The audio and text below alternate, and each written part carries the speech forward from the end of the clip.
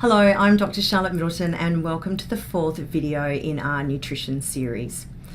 The first two videos that we did were looking at the impact that the low-fat diet has had on our health over the last few decades. And that's not good, so if you haven't watched it, please go back and do so. The third video that I've done is looking at the impact of sugar and refined carbohydrates on our health.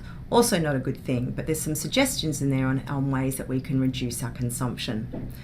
Now, as I said, if you haven't already done so, please go back and watch these videos, because basically what I'm going to be doing today is putting them all together to look at basically what I consider to be an ideal lifestyle and meal plan. And it's something that I basically recommend to my patients on a daily basis. Now, keeping in mind this is a summary, I really could talk all day long on nutrition and health, but I'll try my best to keep it as simple as possible. Now, the biggest change that you can make to your daily diet is to eat mostly whole, unprocessed foods and to keep sugary treats and refined carbohydrates to an absolute minimum. It literally is that simple. But I understand as a busy mother and working full-time that it's not always that easy.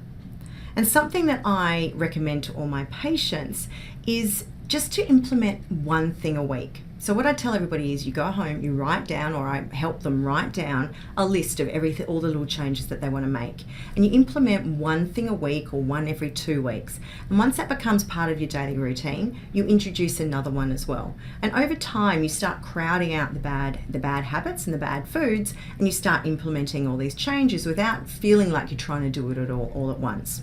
Okay, so let's have a little bit more look at in detail of the changes that I'm proposing. As I've already mentioned in my videos, ditch the low-fat diets and start including healthy, nutritious fats in your diet every day. I'm talking coconut oil, avocados, olive oil, eggs, full-fat dairy, just not too much, and even the saturated fat from meat. Again, not too much, but certainly enjoy it. Swap the so-called healthy seed and vegetable oils, which are anything but, and use coconut oil for cooking instead. Vegetable oils have the worrisome problem of degrading into toxic oxidative products when heated at high temperatures. And they also can be incredibly inflammatory. So all in all, they are not, as I said, healthy at all. Now, I would like to make special mention of coconut oil while we're talking about it. Anyone who knows me knows that it's one of my favorite products out there. Despite it being a saturated fat, it is incredibly healthy. It's a potent antibacterial, antifungal, antiviral, anti-inflammatory. I even use it as a makeup cleanser, as a moisturizer, and sometimes in place of toothpaste if I want to sort of clean up my gums and teeth. What's great about coconut oil is it doesn't change structure with high heats, unlike most of the other oils, including olive oil. Now, oils like olive oil, walnut oil, macadamia or flaxseed are, however, great on salads and other foods. As mentioned in my third video, we must reduce all refined carbohydrates as much as possible. Now, this includes the added sugar to most processed foods, and be aware of so-called healthy foods. They've often all got added sugars as well. But it also includes refined carbohydrates such as white flour products, cakes, muffins and cereals. These all break down to sugar at the end of the day, raise your insulin levels and cause long-term weight gain.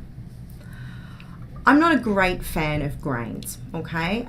We do need some good healthy whole grains in our diet, but I think the current dietary guidelines and the current recommendations actually recommend too many grains in our daily diet. I just think it's too much overall. Even healthy whole grains are still going to break down to sugar when we eat them and increase our insulin levels. And as I've already mentioned, consistently high insulin levels cause weight gain. Gluten, which is found in wheat, barley and rye, has its own set of problems and can be very inflammatory to a lot of people. Personally, I find that most of my patients do so much better off gluten and reduced grains overall. So they tend to lose weight more easily and often find other health benefits, such as a reduction in sort of overall general aches and pains, an improvement in memory and concentration, less fatigue and less brain fog, just to name a few. Now, I probably don't need to talk too much about trans fats. I'm sure that we all know how bad they are. But these are formed when vegetable oils are hydrogenated to become solid.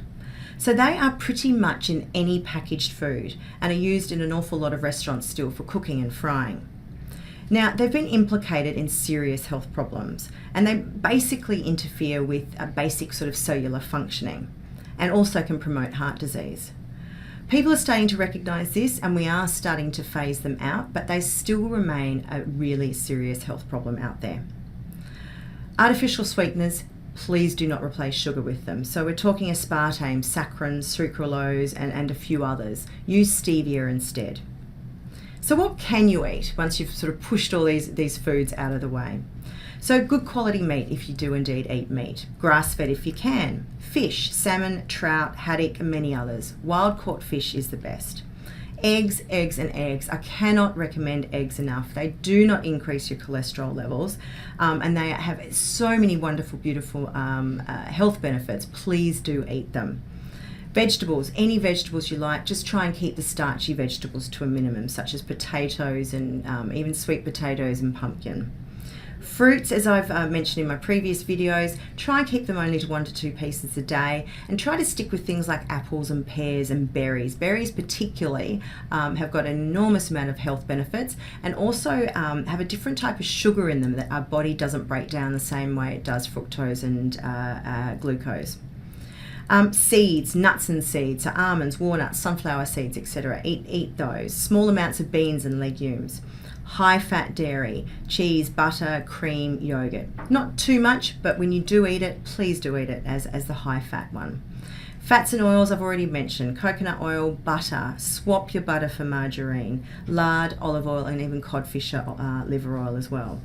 So what would a typical diet look like? What would sort of your meal plan look like? So as I've already mentioned, eggs, any way you like them for breakfast is a great way to start the day. I also am a fan of oats. I do think they fill you up and keep you full for a good few hours. For lunch, meat and salad, or one of my favourites, halloumi and salad. Basically just a salad-based meal. Or even just, bits of chicken, cheese, tomato and cucumber all mixed together as well. Meat and veggies for dinner, minimal sauces, and then snacks such as yogurt, nuts, berries, natural sort of nut butter with apple slices or rice cakes, halloumi cheese, all make great snacks as well. Alright, that's it from me. I do hope I've helped just to give you a bit of an idea of what a healthy, nutritious diet looks like, how you can optimise your health and even maybe lose some weight. As I said, this is the last for now in my nutrition series. I am hoping to do some more nutrition and environmental videos in the future, and in fact if you have any ideas or any more information that you would like, please don't hesitate to put it in the comments section, and I'll take it on board for future videos. Basically my mission is to get the message out there that we have pretty much been misled, particularly over the last few decades. Over time we seem to have lost what is in the best interest of our health and move to what is in the best interests of the food industry and big corporations. And this isn't right. So I ask you, if you feel the same way, to please share my videos to get the message out there of what is good health. And this is particularly important for our children's health. We have more health issues and problems with obesity in our children than ever before. And if we don't change our way of thinking and the way we're eating, this is going to become a real problem. So please share these videos if you feel the same way. Hoping I'll see you again soon. Bye for now.